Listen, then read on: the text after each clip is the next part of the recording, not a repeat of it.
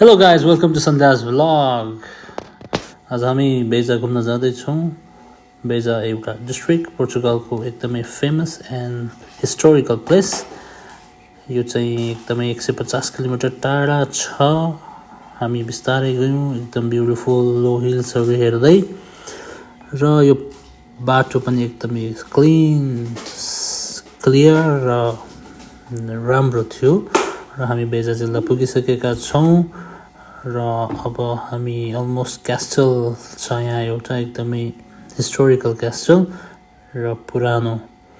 यो क्यास्टल एकदमै पहिले नै बनिसकेको 200 वर्षभन्दा पहिला पुरानो क्यास्टल हो।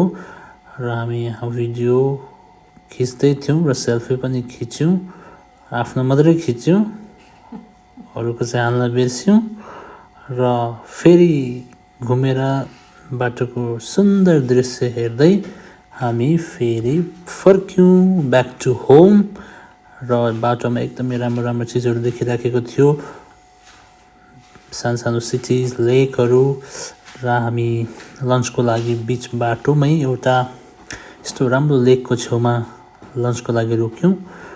र अब यो ठाउँमा फेरि घुम्न आइन्छ आइँदैन थाहा छैन, कहिले आइन्छ। र जति पनि घुम्यौँ एकदमै रमाइलो भयो। र अब फेरि हामी घरतर्फ लाग्यौँ। र अझै पनि यस्तै भ्लग हेर्न चाहनुहुन्छ भने हामी फेरि आउनेछौँ।